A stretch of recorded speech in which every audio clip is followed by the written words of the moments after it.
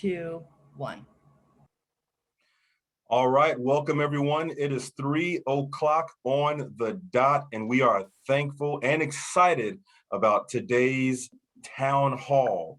Students, please introduce yourselves. If this is your first time here, well, here's how it works. We give you an opportunity to shout your school, shout out your name, your grade, where you're from, anything else that you want us to know. But let's start with name, grade level, the school that you attend, and even if we have some college students on, let us know which college do you attend. Adults, feel free to do the same. Let us know which company you work for, which school did you graduate from. Let's drop that in the chat right now. I'm sure everybody's used to Zoom, so that should be fairly easy. We'll start our town hall shortly, but by the way, before I go any further, let me give some shout outs of my own on behalf of B2L here. Shout out to our school board member, Sarah Leonardi. Shout out to Flippani CEO, Lynn Coonins, pardon me. Our friends with the Broward Sheriff's Office, our greater partner, Broward School Brace and C-Taste. Osceola, I hear Osceola is in the house. Palm Beach, Orange County, Miami-Dade in the house as well. So we want to give a huge shout out to all of our partners. We're so thankful that you joined us today and that you're involved. Moving right along, B2L is offering $100 prizes for the best video submission summarizing your key takeaways from today's town hall, as well as a few other prizes. We will cover details at the end of the meeting, so stick around. We got to wait till the end. Who am I? My name is Tron Lepet from Broward College, and I am here representing Bridge to Life. In addition to the organizations our amazing speakers come from, we would like to acknowledge our partner, Venture Bites, a community of young investors, entrepreneurs, and innovators with a common goal of helping the South Florida tech, entrepreneurship, and innovation community flourish. Before we start the crypto town hall, I'd like you to meet a very special leader in our community, leading statewide efforts to empower who? None but you, our youth. CHARLEITA Richardson is the executive director of the Florida College Access Network, leading the collaborative movement around the state's Sail to 60 initiative with the goal that 60% of Florida's residents will achieve a high quality degree, certificate, or credential by the age of 25. FCAN is kind of the mothership for all of the local college access networks in the state. B2L is the local college access network, or LCAN, here in South Florida. So CHARLEITA came to Florida by way of Richmond, where she was the CEO of another college access and success organization called Partnership for the Future. CHARLEITA holds a BA in accounting from Randolph-Macon College, where she was the first, and I want you to catch this, the first Black woman in the history of the college to serve as the class commencement speaker. I don't know if anyone has their reactions ready. If you have your cameras on, can we just give that a round of applause in itself, please? She also holds an MBA in management and a graduate certificate in nonprofit management. CHARLEITA, we are beyond thankful to have you join us today. What I'd like to do at this time is turn things over to you for some opening remarks. CHARLEITA, are you ready? I am ready. Thank you, Tron. And thank you all for having me here with you all today. I'm excited to share a little bit more about a new campaign that the Florida College Access Network kicked off. And because this is a whole meeting about cryptocurrency, I figured it would be a great time to share about Cash for College. So if we could go to that next slide. And the next one, please.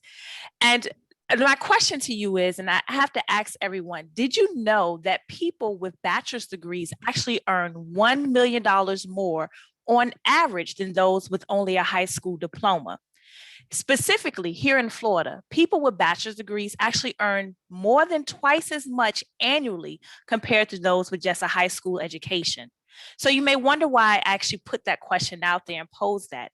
Well, it's because it's important to recognize that as we talk about going in careers and how you move forward in your explorations, we want you to understand the benefits and things such as a college degree or a high quality certificate or credentialing, which is what FCAN, as you've heard Tron mention, is all about. If we can go to the next slide. So what FCAN did was actually launch a Cash for College campaign. And this campaign is brand new and we launched it just last week. So you all are the first to hear us really talk about it. What Cash for College is really designed to do is really to close the gap on the number of students, especially from the class of 2020 and the class of 2021. And I see in the chat that we have quite a few 2021 graduates on this call today. So I'm excited. Congratulations for that. And what we want to do with this Cash for College is really help expose students to the fact that you all need to complete your FAFSA. The FAFSA is really the federal student aid application that really helps to determine your eligibility for financial aid. Essentially, what we've discovered in this is that we want to take an opportunity to help students demystify some of the concerns and issues around FAFSA. Many students have said that they don't believe they will qualify for financial aid. They don't believe that they can find ways to pay for college. They've also said that FAFSA can be complicated and that it's not easy to manage. Well, the good news is that there are people out there that's willing to assist, and B2L is one of those organizations. And so we're proud to have them in our network and proud to have them participating in our Cash for College campaign. So I encourage you as students, whether you are a senior now, you've already graduated, or as you're approaching senior year in your early years of high school, start remembering that it's time that you have to complete and should complete the FAFSA because there is Cash for College.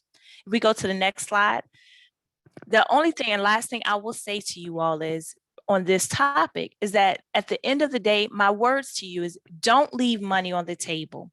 Regardless of how you look at this, every year, what we know is that Florida students leave about $100 million in student aid on the table simply because they didn't take the time to complete the FAFSA. And what we also realize is that more than 50% of Florida students actually qualify for Pell Grants, and for that's essentially money that you don't have to pay back when you go off to school. So don't leave that money on the table. Visit our website at floridacollegeaccess.network.org and click on the Cash for College link, and you'll find the resources that you need. Or go talk to your counselors or talk to someone at B2L so that we can help you move forward on establishing your careers and taking that next step. That's what it's all about. Now, I'm going to transition now to what this town hall is all about, because I know you all didn't come to hear me speak, but it's important as you're talking and thinking about careers that you also close those gaps. And so I'm excited to kick off today's cryptocurrency town hall. Cryptocurrency is actually here to stay. The world of digital currency has been described as the biggest invention in the history of mankind since the printing press. And some of you may not even realize what the printing press is, but cryptocurrency is major.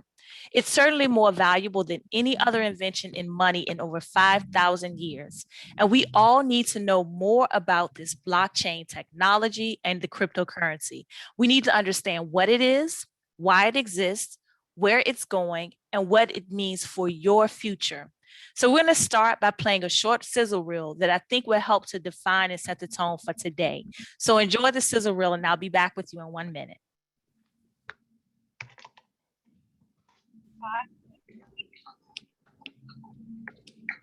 Right. Finance. Crypto is financial freedom. The opportunity Is universal, more equitable. programmable finance. Crypto enables a more fair, free, accessible, and transparent financial system in a place that's safe and secure. I pay my barber in Bitcoin. I donated using crypto. I had to get gas and I used my Coinbase card to purchase it. I used crypto to buy my first house. Crypto is freedom. Hundreds of millions or billions of people will be able to use these systems. Crypto is the internet of money. Creating more economic freedom in the world is one of the biggest levers we have to improve societies. Crypto's the future of finance. In open source. In accessibility. In math. In blockchain. In Satoshi. In engineers. In decentralization, I trust.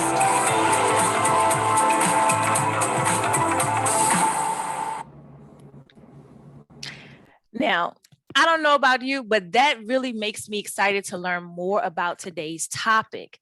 And so we have an amazing lineup of speakers with you today that you can see on the slide, and each of them will be introduced when they speak. But right now I have the pleasure of introducing our keynote speaker, Mr. Marcus Howard. Marcus is a published author, a blockchain enthusiast, an international startup advisor, a pro game developer, a youth educator, and a thought leader who has deep knowledge and passion for all things technology. He's earned his BS in Information Technology from Georgia Southern University and a master's in IT from Southern Polytechnic State University.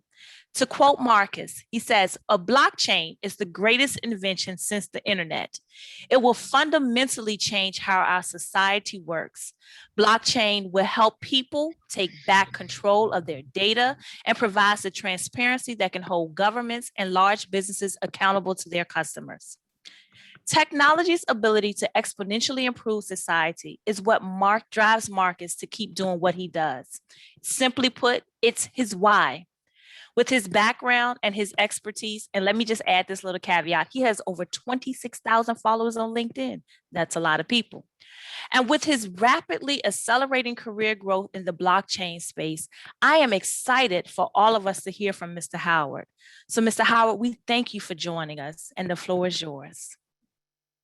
CHARLEITA, thank you so much for that introduction. Unfortunately, Marcus Howard is not able to join us at this time, but students and all of our attendees, you heard the introduction. Please do the research, go follow him on LinkedIn. He's very responsive. And if he's able to join us later, then we'll bring him on in and he'll give some great information. Trust me, we've had a chance to talk to him one-on-one. So thank you again, CHARLEITA Richardson, our director of FCAN. Thank you so much. So we're gonna move right along with our program. So next up, I am super pleased to introduce our next speaker who is going to break things down even more, right? We're going to start with this. Andrew Brick is going to help explain in easy to understand language what blockchain and cryptocurrency is all about. What is blockchain? What is cryptocurrency? All right, what is Dogecoin? Before I introduce Andrew, we are going to play a short 60-second tongue-in-cheek video summarizing what cryptocurrency is. Let's roll that footage. Bitcoin is a type of cryptocurrency, which is digital money that's decentralized, so no person or government controls it. It's the libertarian dream. There are lots of other cryptocurrencies, like Ripple, Ethereum, and Dogecoin, but the most popular is Bitcoin, created by Satoshi Nakamoto. Nobody knows who that actually is. Maybe it's Al Gore? He already invented the internet. Whoever they are, they own almost 1 million Bitcoin. The first Bitcoin purchase happened in 2010, and it was for 2 large pepperoni pizzas for 10,000 Bitcoin, now worth about $75 million. Oops. Bitcoin is a transaction recorded on the blockchain, a digital ledger. The blockchain uses cryptographic functions, aka super complex math, to prevent counterfeiting and security breaches. The blockchain is updated by miners, not miners. Every time there's a transaction, miners race to validate it by solving super complex math with their mining computers. The first miner to solve it adds a transaction to the blockchain, and 12.5 new Bitcoin goes straight into their wallet. So it pays to be the fastest miner, but it doesn't always pay to be the fastest miner. Visualize Bitcoin and anything else with Lucidchart. Awesome video. So now let's talk about Andrew. And let me share this with all of you before I do. We considered a dozen or more possible speakers to present today. All of the speakers here, all of them are truly gifted. They're truly among the best of the best, and they are experts, in my opinion. Andrew Brick is very knowledgeable about the blockchain space, and as you will see shortly, a phenomenal speaker. He co-founded his own blockchain startup called Notoros, and he earned both a bachelor's and master's degree in electrical and computer engineering from Binghamton University.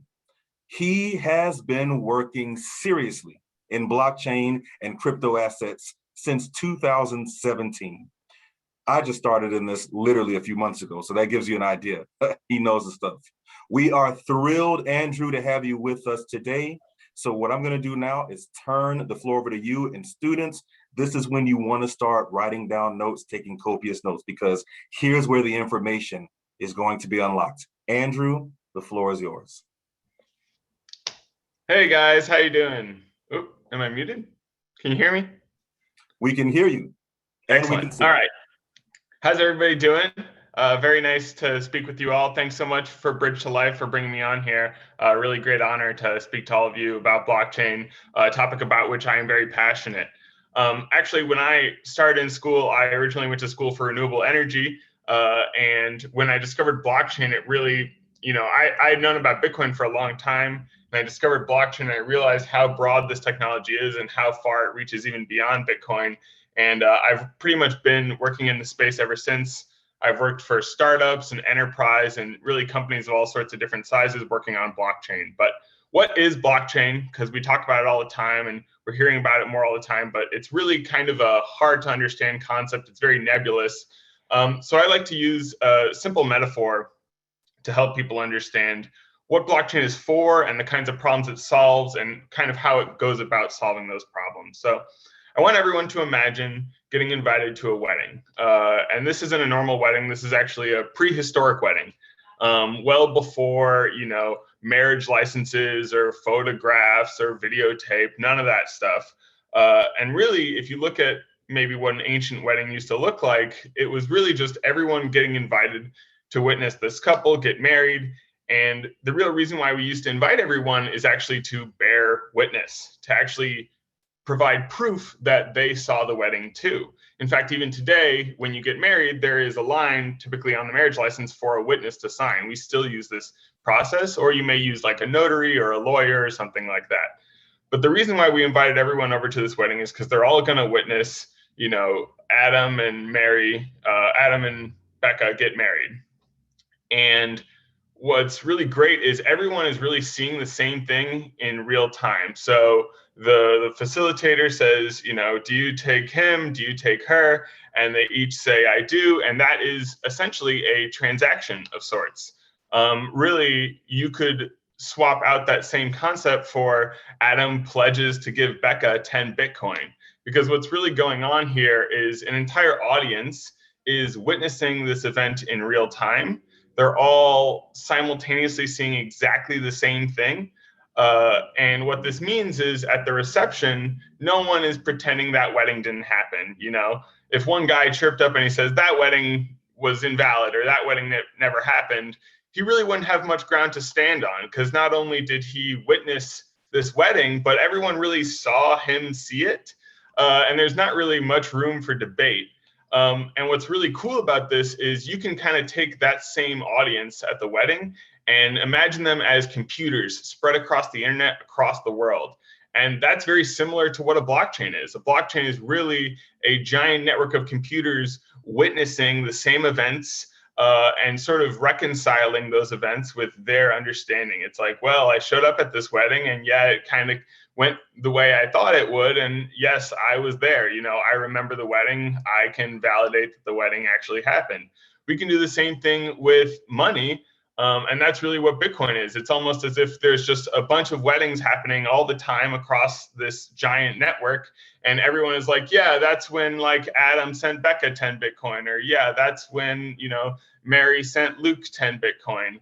And that's really kind of what the network is. It's a giant sort of scrapbook of all these weddings put together, which serves as proof of every single one of them. And yeah, so that was Bitcoin. And then around 2013, 2014, a guy by the name of Vitalik Buterin saw the same idea. And he's like, wow, that's really cool. You have this sort of interlocking, checks and balances of trust and witnessing and proof. But I wonder if we could extend that concept beyond money and really just make it all about any kind of data. And that's why things like Ethereum are not just cryptocurrencies, but they're really whole computers with the power of cryptocurrency baked into them. And this is why cryptocurrency is really pivoting us into a world where money is as open-ended as software, and we can write money as if it were code. And what really does this do for us? Well, it helps us with this witness mechanism, we no longer need single parties to facilitate a relationship. So it means we get to cut out the middleman when it comes to a lot of different things. So right now, you might, if you get, mail from the government, you might have to get it ratified by a notary who will be a third party to prove that it's legitimate. Or you may have to, in the event of someone's will, a lawyer will typically facilitate, all of their stuff being bequeathed to the rest of their family. But these are all really middlemen who are facilitating a process which is trusted. When you go to the store and you put your credit card in the thing, it sends a message to Visa, and Visa really checks in their database, okay, does Andrew have enough money to buy this thing? Yes, he does. Okay, approve the transaction, and then everything is cleared, and that's what allows me to take my goods from the store. But what we can do now is, instead of submitting it to Visa, you can submit it to a blockchain, which is really a shared entity. It's not a singular corporation. It's a public utility of sorts, shared by all the people who are at the wedding, by telling their computer to run a program that puts it at the wedding.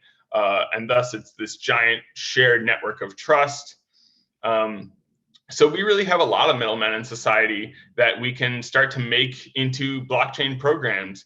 Things like Spotify facilitates people listening to music from artists, and Uber facilitates people getting rides from nearby drivers. But these are all processes that we can decentralize, cut out the middleman, and really just make it so that you don't have to pay as much for your music, but at the same time, the artist makes more. Or you don't have to pay as much for a ride, but at the same time, the driver makes more. And this opportunity is really, really big. So right down here, we have an analysis that we did at Notaros, which really is just talking about the blockchain as a service market, which is sort of like AWS for blockchain, or sort of cloud services for blockchain, which right now, last year they spent about $2.2 billion, companies like MasterCard and Disney and Overstock and Facebook. But this industry is growing really, really fast. And based on a multi-level analysis we did, we expect the industry to hit about $33 billion a year globally, and about $11.5 billion a year in just America alone. So that's really an industry that's growing 60% year over year. Almost no industries grow that quickly. And that's really how you know that we're in a revolution right now. And this is really going to change every aspect of our society, much in the same way that the internet changed every aspect of our society.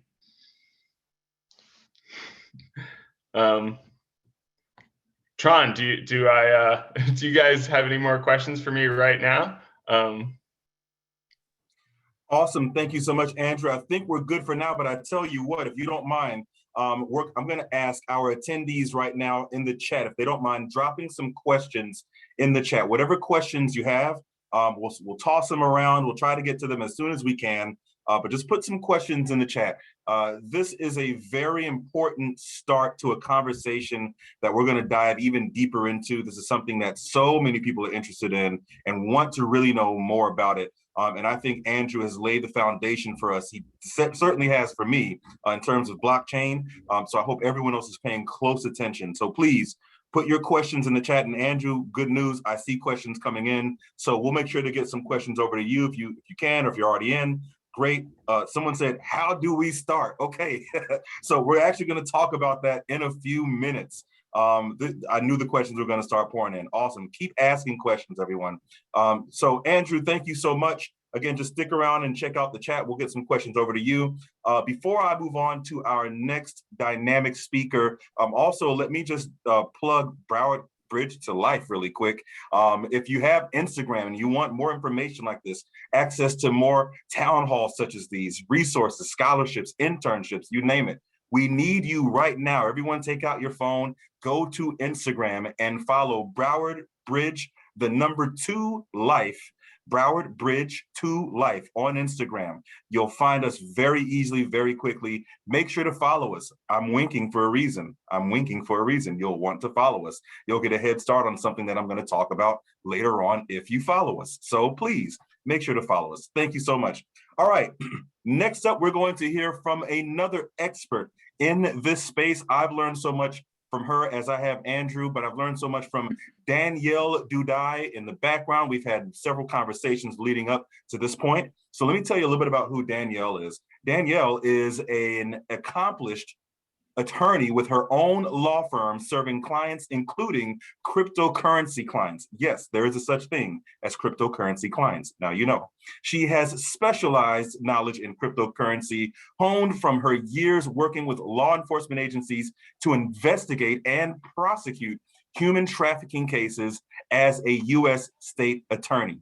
She has litigated over 50 jury trials, including human trafficking and attempted murder offenses. Danielle earned her undergraduate degree in business law from the University of, who's gonna say it? Who's gonna say it? The University of Miami, and her Juris Doctorate from Nova Southeastern University. Whoop, whoop. That's my school, Danielle, home of the Sharks. Let's go Sharks, let's go Sharks. Danielle is going to talk about the history of money and how cryptocurrency has transitioned to mainstream market adoption. And then we talked about this, you guys asked the question, so here it is. And then she's going to go through how do you set up a digital wallet. Some students may not even have a wallet yet. I have a wallet, but I also have a digital wallet. Danielle, we are thankful and we're lucky to have you here with us today. I'm gonna pass the mic over to you and just let you do your thing. Danielle, the floor is yours. Thank you so much, Sean. That was such a warm introduction. And thank you all for being here today. So I am going to start with a timeline of money because I think it's important for us to kind of understand the broad scope of where we are now in our current financial system.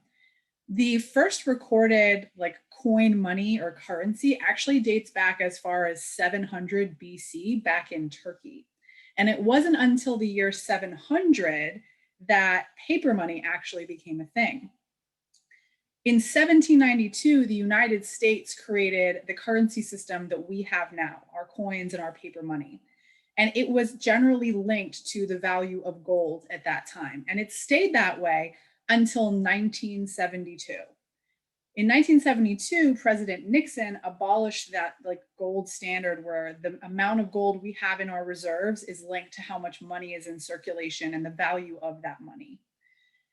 During that large time period from 1792 to 1971, there were all kinds of methods of credit that people would be able to use at various stores or grocery stores. And it ultimately became something where banks started paying attention. And in 1946, the first bank issued credit card or charge card was issued by Flatbush National Bank of Brooklyn. And 4 years later, the Diners Club card, where people would use it at restaurants, was issued. However, if you think about it, it took about 30 years before credit cards had that magnetic strip and became the things that we know and use today. And the reason I go through all of this is because I want you to think about how long the adoption took, because I'm sure many of you use credit cards on a daily basis and don't even think about the fact that you're not holding cash anymore. So when did digital cash become a thing? Actually, in 1990, a concept called DigiCash for peer-to-peer transfers existed. And it was around the same time that email started to become more widely used because of the existence of the internet. It wasn't, though, until 1998 that PayPal existed and became one of the most well-known peer-to-peer transfers for money. Interestingly enough, in 1991, blockchain technology was created.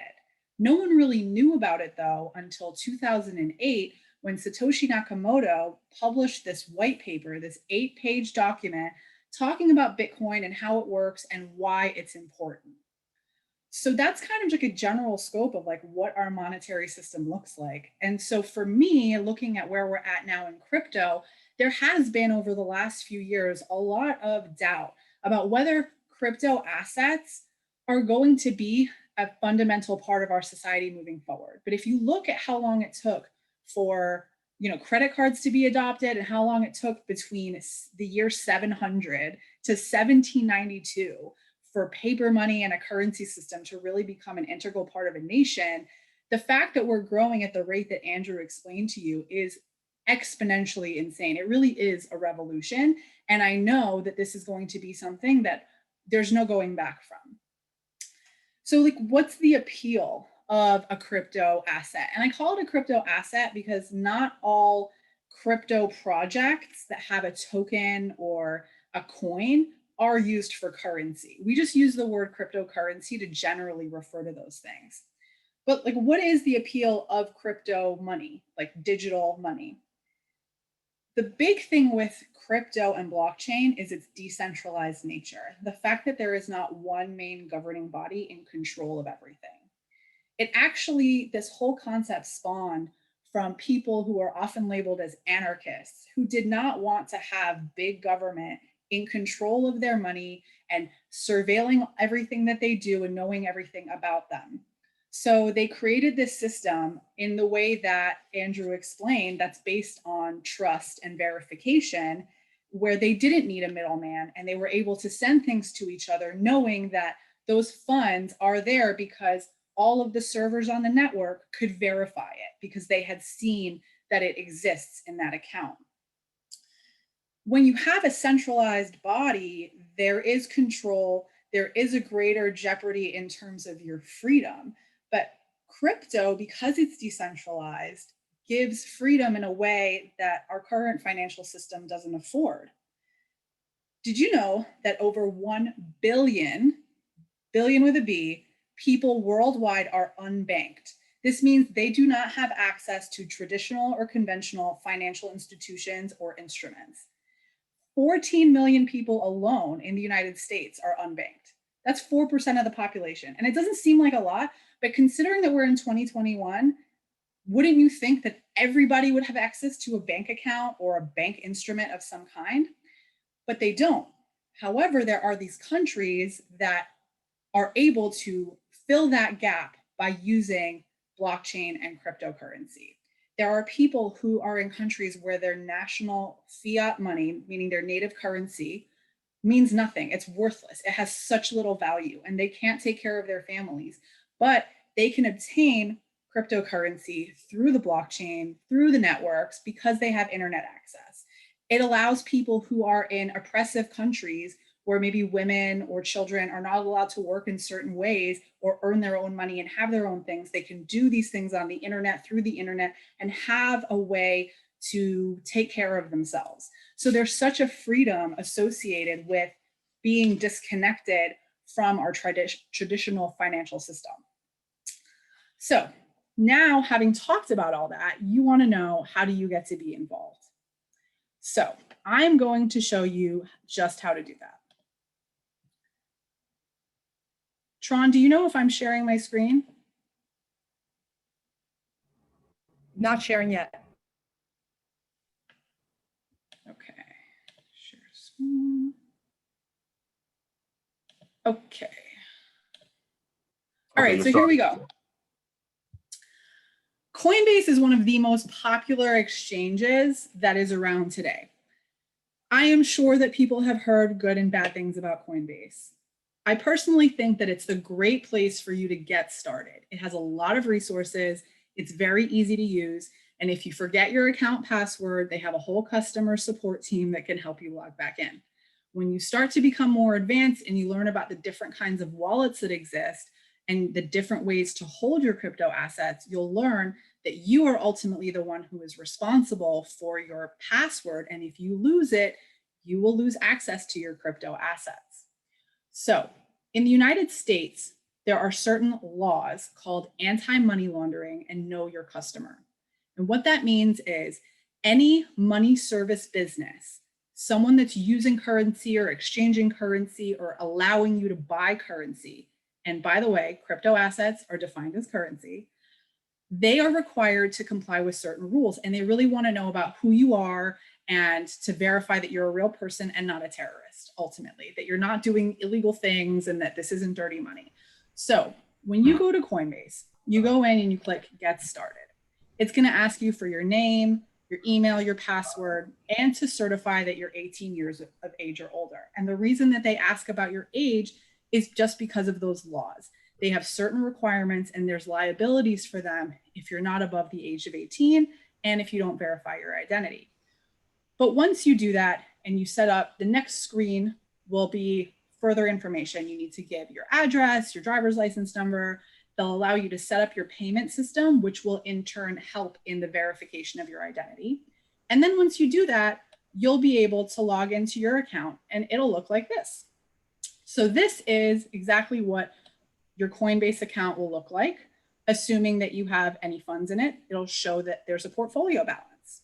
We're not seeing the new screen, Danielle. Oh, that's weird.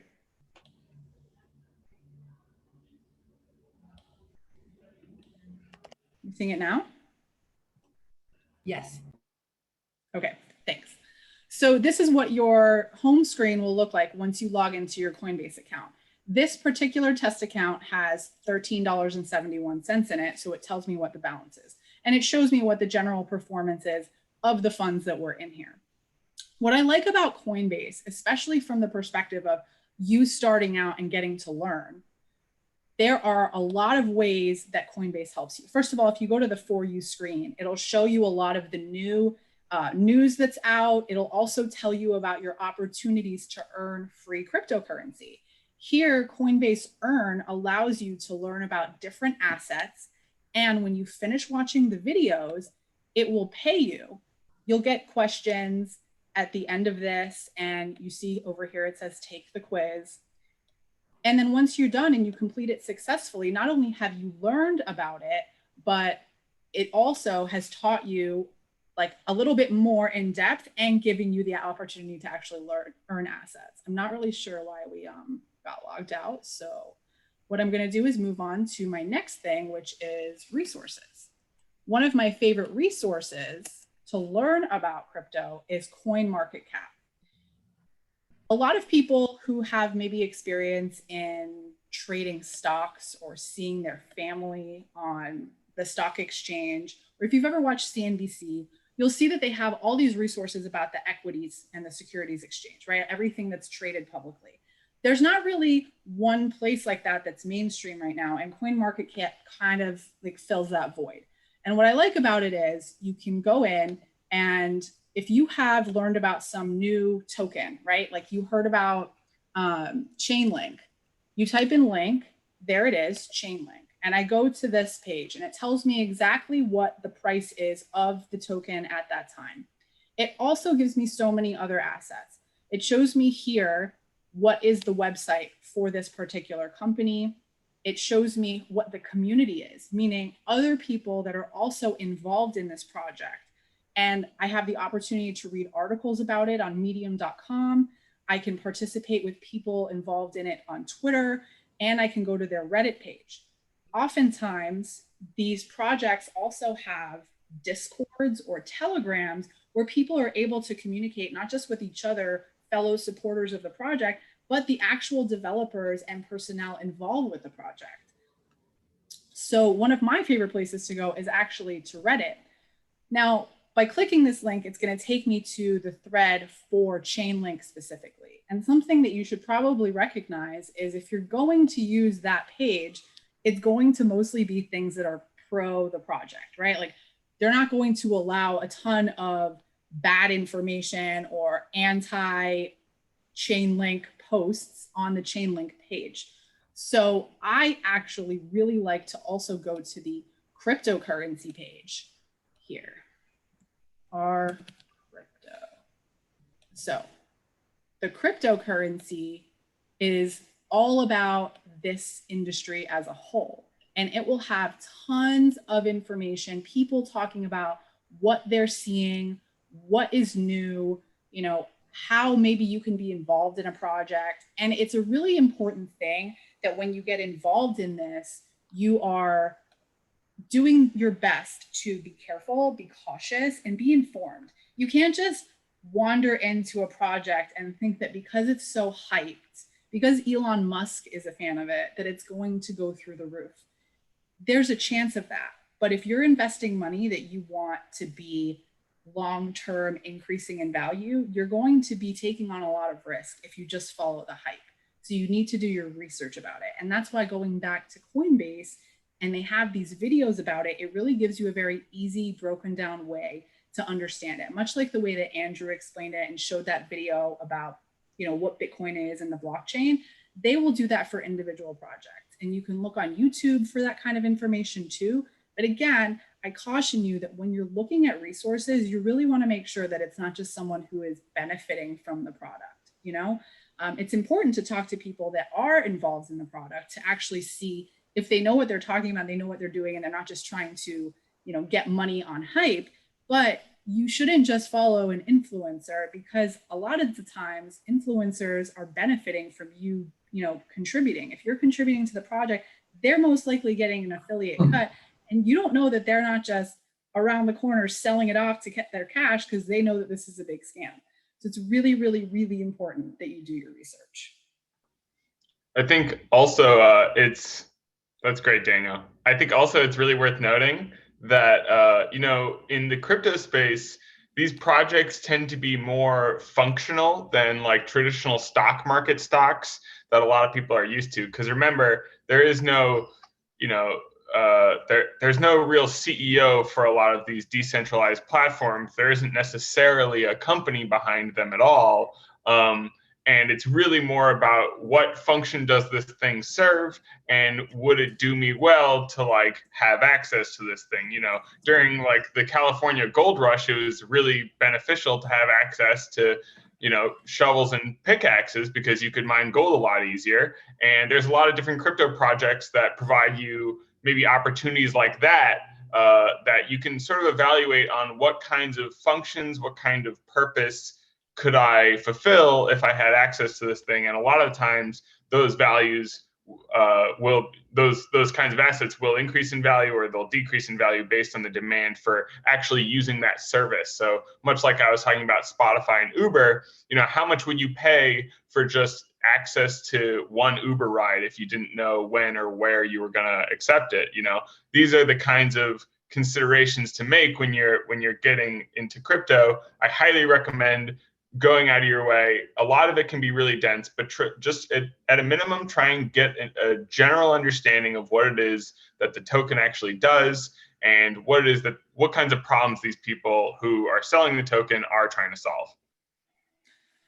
Excellent point, Andrew. And on that note, something that neither of us discussed that we talked about discussing was the Brave browser and Brave Attention token. So Brave browser is something that both Andrew and I use, and it's a privacy browser. And I'll share my screen briefly so that you can see what it is. So this is the Brave browser. As you can see here, it shows how many trackers and ads have been blocked in the lifetime of me using this product. It also shows the amount of time saved and the bandwidth that I've saved. There is another benefit to using it. If I allow them to send me ads, which usually pop up in the right-hand corner in like a gray little box, I will earn the native token, which is BAT, Brave Attention token, just for doing that. And so here this month, I've earned 3.953 BAT, which is equivalent to $4.5. So really, I'm someone who uses the internet every day, and I do want privacy because I don't want to have all of these websites tracking my data and cookies and all of that stuff. I'm so anti that. But Brave takes care of me. And then because I let them send me ads, which are usually about crypto, and I'm interested in that anyway, I'm earning money for it. And on average, I earn about $5 a month just for using this browser.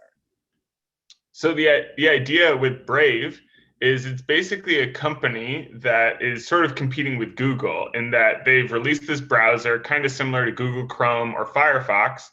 And when you use it, because you earn this crypto Brave, what they've done is they've cut out the middleman, which is the ads marketplace that normally Google facilitates. So most of Google's revenue comes from deciding when and where certain ads should show up across the internet. What Brave does instead is, instead of managing that process themselves, they just set up a blockchain to do that for us. And this way, the advertisers don't have to pay as much. And at the same time, the end user actually makes money from looking at ads, which is a really cool change of how we sort of view digital advertising and our relationship with the internet. And those are the kinds of dramatic changes that crypto is really bringing about. Awesome. This is great information. I hope everyone is benefiting from it so far. Danielle, thank you so much. Andrew, thank you so much. Just to give everybody a heads up, so we're actually going to come back and conduct a panel discussion that's going to consist of Andrew, Danielle, and our next speaker, Scott, who I'm going to introduce in just a second. But I want to take a second to just poll the room, if you can, in the chat. I know that this information we're starting to get into is, we're still speaking at kind of a high level view of this, but we're starting to get into some really neat stuff here, some stuff that you may not have heard before, stuff that I learned from both of these two individuals. So audience, students, adults, everyone who's on with us, if this information is working for you, can you just give us some feedback in the chat? Just put a thumbs up or just say a yes, or as a matter of fact, ask the question that you've been wanting to ask since you've joined. Whatever the question is. So just drop that in the chat as well. We want to know, we want your feedback. I think this is great information. I know we have several other folks who have been texting me during this town hall, and we definitely want to make sure that we're giving you information that you are looking for. Also, I'll take a minute just to pause and say that this town hall is being recorded. We're going to post this on our YouTube channel. So if you're not following us on YouTube, Bridge to Life, Broward Bridge to Life is just search that in YouTube. You'll find us. You'll find all of our videos, SSN videos there, and of course follow us on Instagram. So it looks like we're getting some questions in the chat, and our team is on it. Thank you so much. But yes, let us know if this is interesting. I see that you guys are sustaining audience, so I guess this stuff is really appealing to you. Thank you so much. We're going to move right along to our next speaker, who is none other than, and Danielle, by the way, thank you so much for giving us a history on money and bringing us into a little bit more about how to set up that digital wallet, Brave.com. We love all of the Brave website, Brave URL, sorry. We love that web browser. And I did not know that the first credit card was created in 1946. Did not know that. For some reason, I was like 1980s. Anyway, our next speaker is Scott Spiegel, the Miami lead for the statewide Florida Blockchain Business Association. Let me repeat that, students. The Miami lead for the statewide Florida Blockchain Business Association. Okay, you may want to look him up on LinkedIn. He is the co-founder of Blockchain Center Miami and has been pushing for mainstream blockchain adoption in Miami and across the state of Florida for the past 3 years. Scott is also one of the leaders of Miami DAO. The Miami DAO, another way to pronounce it, is looking to position the city of Miami as a global leader in crypto native governance. Here's a quote. What the internet did to democratize information and allow us all to post information on social media, blockchain is going to do for financial and economic value. He envisions a new financial system is being built on the internet, though it is still in its early days, much like the early days of the internet itself. In other words, get on board right now.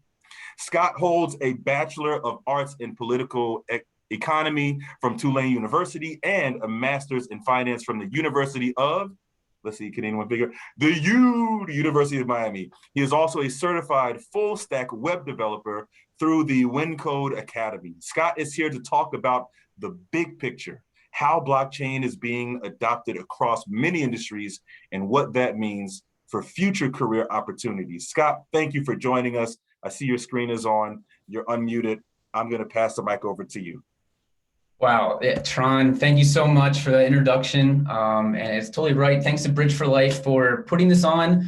The most important thing in this industry is education and getting information out there about this technology, because it might seem like it's booming, but like I said, it's really, really the early days. And right now, the number one kind of bottleneck or issue in the blockchain industry is that there's so much opportunity there, but there's just a lack of professionals or people that really understand or grok blockchain and really know how to apply it to industries that are adopting it. So in 2019 and 2020, LinkedIn said that blockchain was the #1 hard skill in demand. And I'm sure when that comes out again in 2021, blockchain will be at the top of the list, especially as it's boomed over this past year. And blockchain's tough because, you know, it's kind of taking different disciplines from computer science and economics and innovation and kind of combining it in these new ways. So it requires some research before you can really, you know, understand how to apply it. But that's what the market is looking for right now. There are so many new crypto startups. There are so many, you know, incumbent companies that are looking to hire crypto and blockchain professionals. And then I'll even talk about, you know, new methods that you as a, you know, looking for a job can actually be a member of a blockchain and get paid by the blockchain itself. Just to give you some more facts, the global blockchain technology market size was valued at $3.67 billion in 2020. That's not the size of cryptocurrency, that's the size of the cryptocurrency industry as a whole, and really just kind of the professional landscape in terms of a career-wise, and that's expected to grow at 82.4% annually from now until 2028. There's a lot of jobs out there in a lot of different disciplines. I'm gonna post here in the chat just 3 different websites that list kind of all these job opportunities in the crypto space. Crypto companies looking to hire professionals for their startup. A lot of these companies actually are even past the stage of startups where they're hiring more than 70 to 100 people right now. Just on this website, cryptojobslist.com, I see 2,635 job openings presented by 990 companies, listed 600 salaries. And to be honest, the number one thing they're looking for are coders, engineers. But you know, as this industry matures, there's a lot more other soft skills and areas that need to be implemented as well. Either that's marketing, product development, customer service, finance, or design, or operations. You can really take your skill set and apply it to the blockchain industry, but it still really requires that knowledge of how does blockchain fit into an application, and also how does it not fit into it. And you know, they're paying a pretty penny for these jobs. At the low end, I see $80,000, and at a high end, $180,000, with a middle range of $127,500 for these crypto startups. But it's not just startups that are hiring or crypto companies that are hiring. It's also incumbents. Walmart, Amazon, MasterCard, every big bank is, you know, looking to get into this sector and are looking for professionals that understand the implications of this technology to come in and join their teams. Whether that's in the banking and financial services sector, the government sector, healthcare sector, insurance, supply chain. As I said before, as Tron mentioned, this, you know, back in the early 2000s, people heard of this internet thing, and they had to formulate some type of internet strategy. That's what's happening right now with blockchain. People are just starting to understand that this is really going to affect the economic and financial, you know, plumbing of their organization, and they're looking to implement strategies and bring people on that want to work towards this future. So I talked about crypto startups that are hiring, you know, large enterprises, Fortune 500 companies that are hiring, but you know, kind of a new thing in this blockchain crypto spheres is that you can actually work for the blockchains themselves. You know, some blockchains have foundations where they do grant proposals.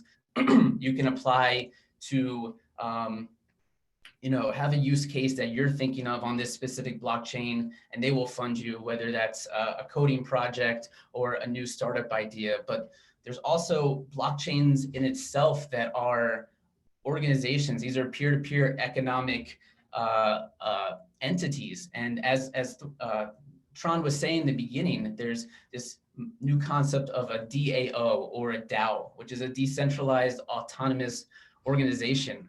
And a lot of these blockchains are just that. So the market cap that you see on CoinMarketCap that is applied to these blockchains, a lot of that money is going to be spent back on the community to work on the blockchain protocol itself. Whether that is, you know, formulating new upgrades to the protocol, whether it's creating new educational material for people to be onboarded to the protocol, whether it's translating some of the information or documentation that they have there into different languages.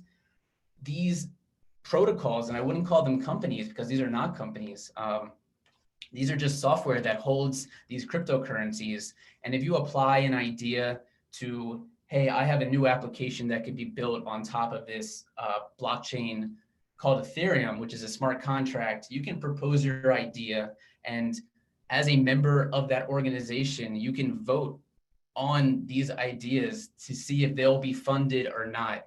So if your idea is proposed and the community at large thinks that it's a good proposal and they vote on the blockchain to accept your idea, funds can be dispersed to yourself for you to complete these projects. These are called bounties. So one project that I think is really awesome that you guys should look into is called AAVE, A-A-V-A. It's a decentralized lending and borrowing protocol. And for their DAO proposal, I'll just read off a couple of things that they're looking for. Protocol development, applications and integrations, developer tooling, community, which is marketing and educational. They're looking for committees, subcommittees, and other DAOs that serve the Aave ecosystem. They're looking for code audits, and they're looking for people to host events and hackathons. So if you feel like that's something you can do, you can go over to Aave DAO grant proposal, write a submission, and maybe the community will vote to unlock some of the community funds for you to complete one of those projects. Here in Miami, we're starting the Miami DAO. It is a decentralized autonomous organization with a mission around funding financial inclusion applications around Miami-Dade. So if you're interested, you can always reach out to me on LinkedIn to learn more. Go to miamidao.com, and looking forward to talk more in the panel coming up. Thank you. Awesome. Thank you so much, Scott. And thank you for making yourself available. Guys, students, make sure that you create your LinkedIn accounts if you haven't, so you can get linked in with these experts that are in this industry.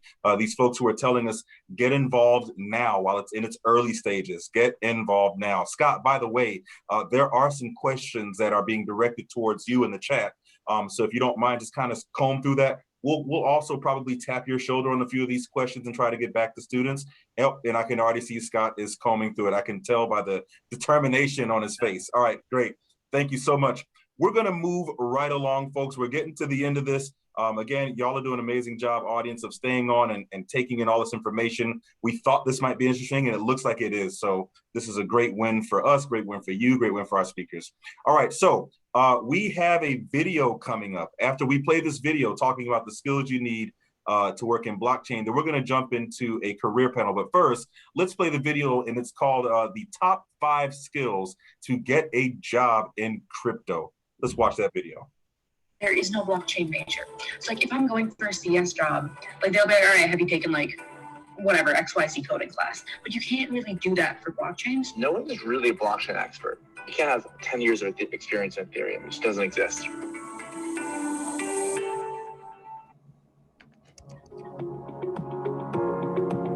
Number one is really having a foundational understanding of the technology.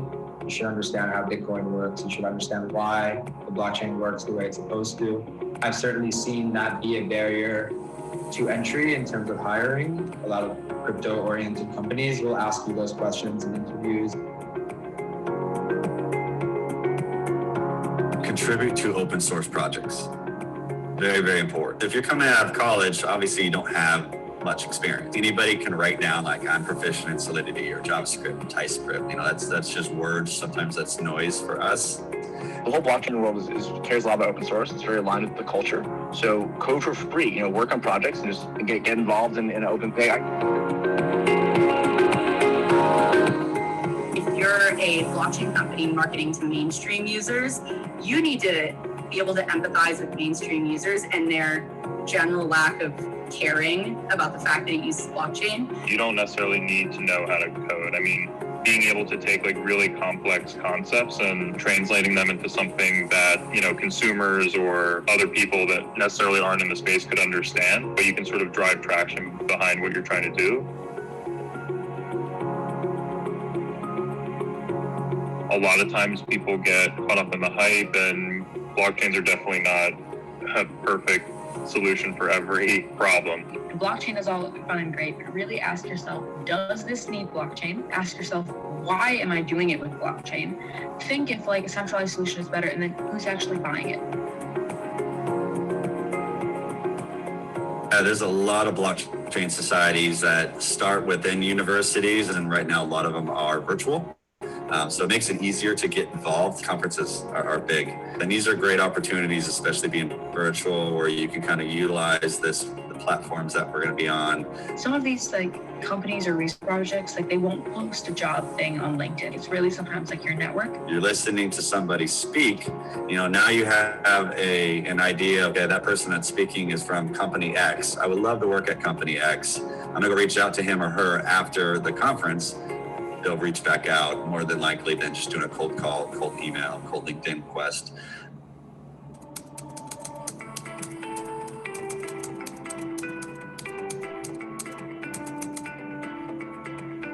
You should be open-minded to all of the possibilities and basically willing to work your butt off until it pays off.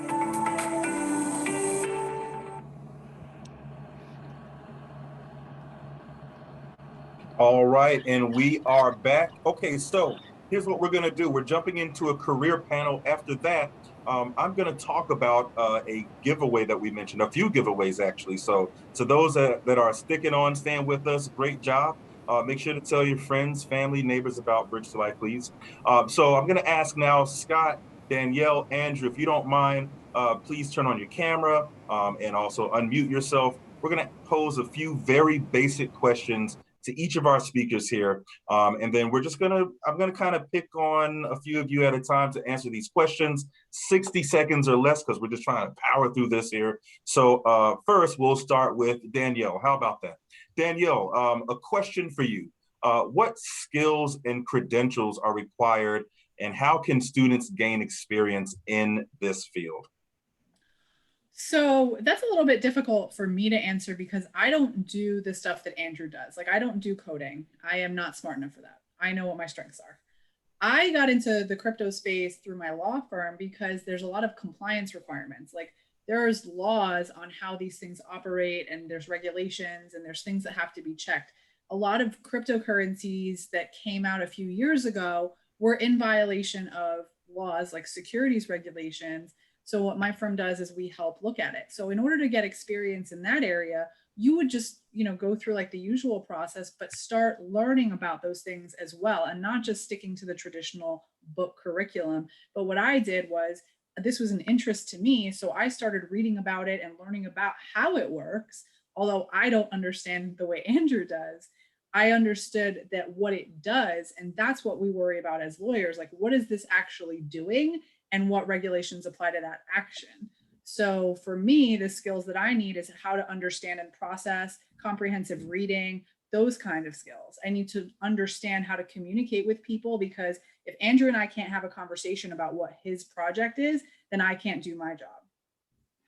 Thank you so much, Danielle. So, Andrew, I'll toss that question over to you. What skills and credentials are required, and how can students gain experience in this industry? Yeah, that's a great question.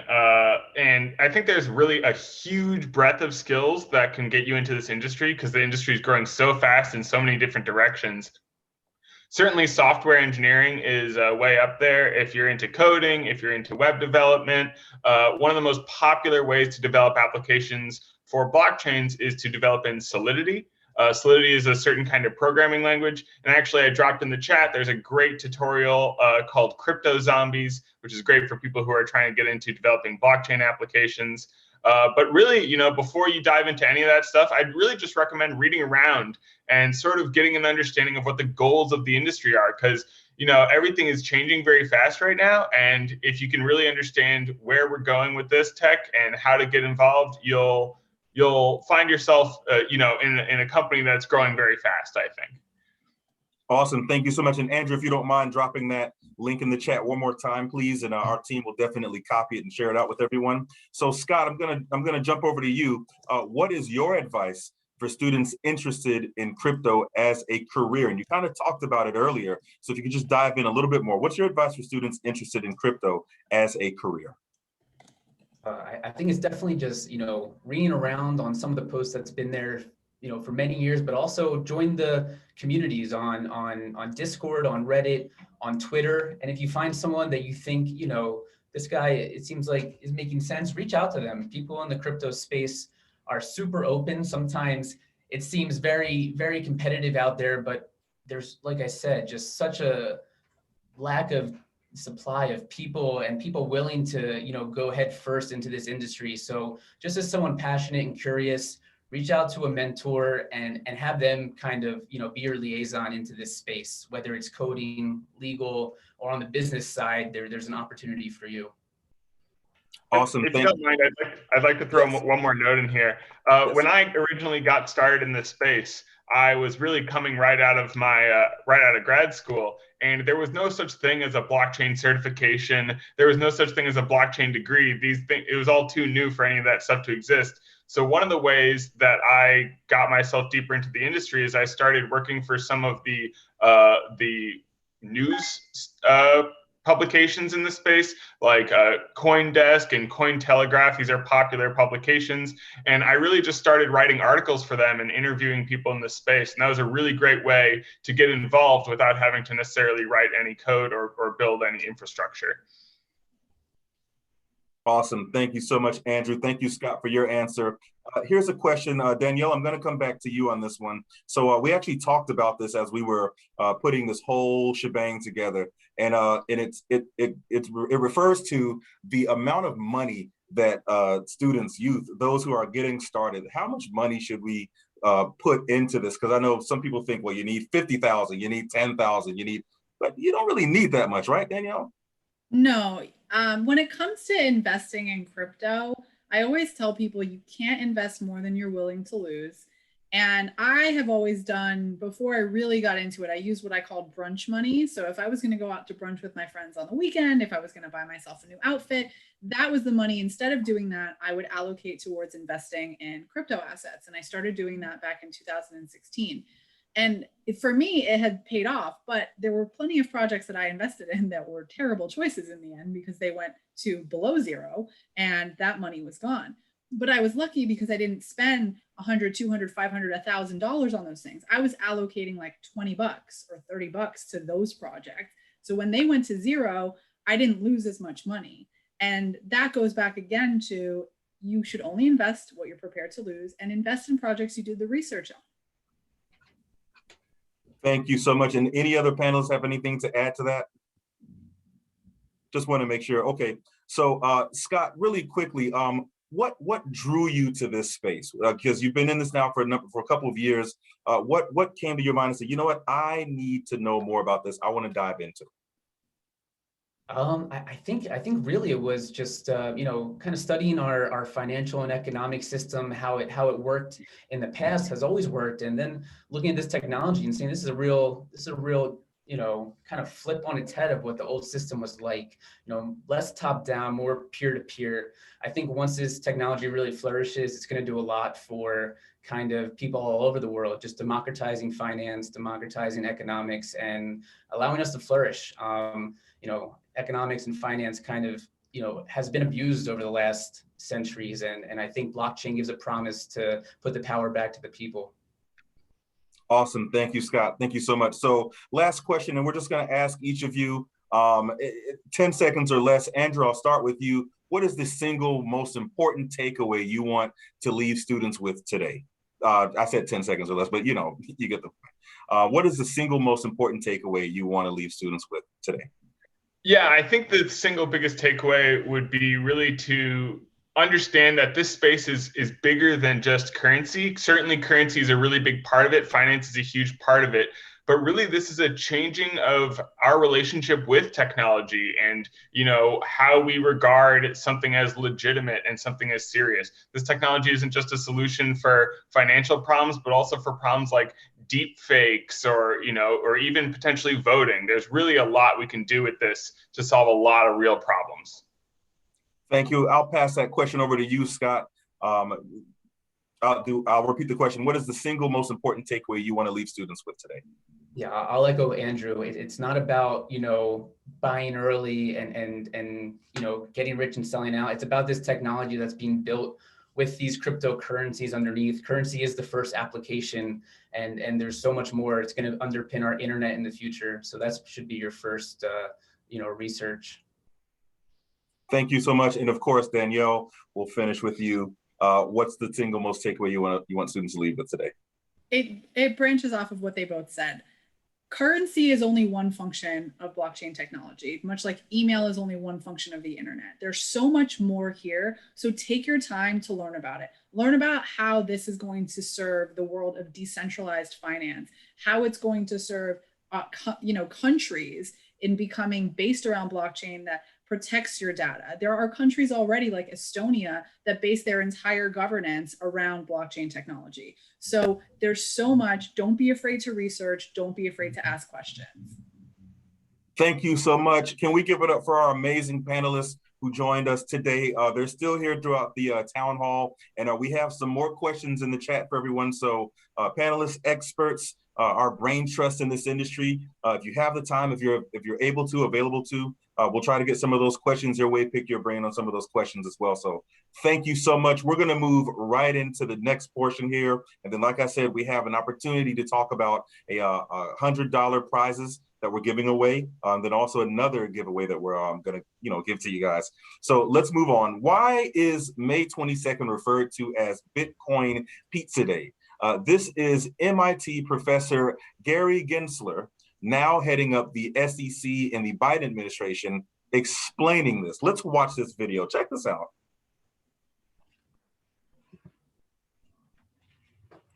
Pizza for Bitcoins. A year and a half after Satoshi Nakamoto laid out blockchain, Bitcoin, somebody sent an email, and you'll get these slides, but this is the real live email. I'll pay you 10,000 Bitcoins for a couple of pizzas. I just want some pizzas. The guy who sent this, he says, I like onions, peppers, sausage, mushrooms. Laszlo. Now catch the date. This is May 18th, and he's offering 10,000 Bitcoins of 2010. But the key line is, what I'm aiming for is getting food delivered in exchange for Bitcoins. Nobody had used Bitcoins as a medium of exchange. 16 months into its existence, nobody had used it to buy something. And Laszlo, as a computer scientist in Florida, was just kind of interested, and he put this out on an email list. 3 days later, he still doesn't have his 2 pizzas. So nobody wants to buy me a pizza. Is the Bitcoin amount I'm offering too low? Another day goes by, he gets his pizzas, and he posts pictures. So here's a picture of his child reaching for those Papa John pizzas. Anybody know what those 10,000 Bitcoins were worth back then? Chicago. I know what they're worth now. Anybody want to say back then? What's that? $41. And Laszlo was saying 2 pizzas are probably worth 25 to 30, because there's a whole email thread. He kept saying, why won't anybody get me my pizzas? You can make money on this. Today, or earlier, last night, $66 million. So it's a kind of cute story. And there you have it, folks. We're so glad that you're in this industry and that you're interested, and we're doing all we can to support you. So do you want to learn more? Okay, great. I hope you have your phones out. I hope you're ready to take screenshots of your laptops, computers. But here are some amazing opportunities for each and every one of you. I'm not going to spend that much time on it, but MIT Open Courseware on YouTube, the MIT professor Gary Gensler teaches the basics. Make sure to check that out. Also, connect with our speakers today via LinkedIn. Again, we've been pushing that a lot. If you haven't set up a LinkedIn account, it's very simple. You just go to LinkedIn, set up your account. You know what you do in your everyday life, so put that in LinkedIn. The Eat for Life podcast, Dubai Legal blog, Florida Blockchain Business Association, Notoros. Make sure that you get involved in all of these. Please follow them. We have some, again, experts on with us. And then B2L will share emails that cites Danielle. B2L will share email the sites that Danielle talked about after. So we're going to email that out to you. All the sites that Danielle talked about. Sorry, I kind of wrote something. There we go. All right, so let's wrap up today. Okay, so we have an ebook giveaway. Author Sebastian, the chosen one Burton, is a professional gamer turned full-time esports consultant with clients all over the world. He has generously offered 5 of his ebooks about what you need to do to pursue a career in esports. This is a timely opportunity because esports is on the rise. There are thousands of opportunities in esports. So you can see the rules on the slides, all right? Can you guys see those rules? I wanna make sure you can see the rules. Let's make sure you can see the rules. Okay, we see the rules, great. Rules to win the book. Follow @Bridge2Life on IG. Remember I told you guys to do that earlier. So make sure to follow us on IG. Like the ebook post and then tag 3 friends. It's that simple. Once you do that, you are now in the runnings to earn one of those books. Those of you familiar with B2L know the drill, so make sure to do that. Please follow Bridge to Life, like the post, tag 3 of your friends. While you're at it, tell us why you want this book. We'll select 5 followers at random to award the book to, all right? So let's move right along to our crypto video competition slide. And this is open to students as well as young adults. So those of you familiar with B2L, here we go. Attend the blockchain and cryptocurrency town hall. Well, check, you've done that. Produce a 60-second video of your key takeaways, just a 60-second video of your key takeaways. Submit the video link to Broward Bridge 2 Life SFL@gmail.com by May 22nd. Remember, that's Bitcoin Pizza Day, for an opportunity to win $100. So take a screenshot of that, take a picture. We can't wait to see your videos. Hint, hint, extra credit if you include your videos, in your videos how today's town hall has informed your plans for your future. Again, you can get extra credit if you include in your videos how today's town hall has informed your plans for your future. And we will have the town hall recording on our YouTube channel if you want to incorporate video snippets in your video. So follow us on YouTube as well. All right, it's time to take a survey and potentially win 20 bucks. Take our survey and have the chance of winning a $20 gift card. Take a photo of the QR code and grab the link from the chat. That's all you need to do in order to take that survey. Take a photo of the QR code, grab the link from the chat. And by the way, here's a chance to help your peers. Take Yawande's survey, one of your very own peers, to provide your feedback on the education system and testing. You are the customers of the education system. Use your voice. Your voice matters. Final reminders and thank yous. Thanks to our dynamic, astounding speakers here with us today. Can we do some shout outs in the chat for them one more time? Andrew Brick, shout out to you. Scott Spiegel, shout out to you. And of course, Danielle Dudai, shouts out to you. Thank you so much for taking your time out. Show your love in the chat, please. Did you take down their contact information? I hope you guys did. Remember, follow them on LinkedIn. And a reminder, mentoring opportunities. So for those of you that are interested, if you are interested, and we're looking for as many as possible, Andrew is offering a mentor opportunity with him, but we need a packed house. We don't want 1 to 2 to 5. No, we want all 71 of you. How about that? So the more the merrier, right, Andrew? So thank you so much. And you know what, because we have a few minutes left, I'm going to do this right here. Bridge to Life summer and fall programming will be announced soon, but let's give a shout out to our seniors, the class of 2021. Big shout out to you. You guys went all year round. The entire year was virtual for you. How was that? What was that like? We want to talk about that in our upcoming, in one of our upcoming SSN meetings. We want to know, how did you make it through this? And what kind of advice can you give to those who are younger than you? We need to hear from you, so be prepared. Oh, you haven't joined or gotten involved in Bridge to Life? Oh, come on, y'all. BrowardBridge2Life.com. I'm going to ask that one of our team members drop that in the chat. If you haven't signed up for our SSN meetings, our racial equity, social justice meetings, again, go to BrowardBridge2Life.com, BrowardBridge2Life.com, and click Get Involved. We need to see you sign up. We want to see you sign up. We give away so many monetary incentives, internships. We talk about careers, college readiness presentations, you name it, we're here for you. Thank you very much. Stay connected. We will be sending out resources and details from today, including the meeting recording soon. You guys have a wonderful, wonderful afternoon and enjoy your weekend as tomorrow is Friday. Thank you so much. Have a great day.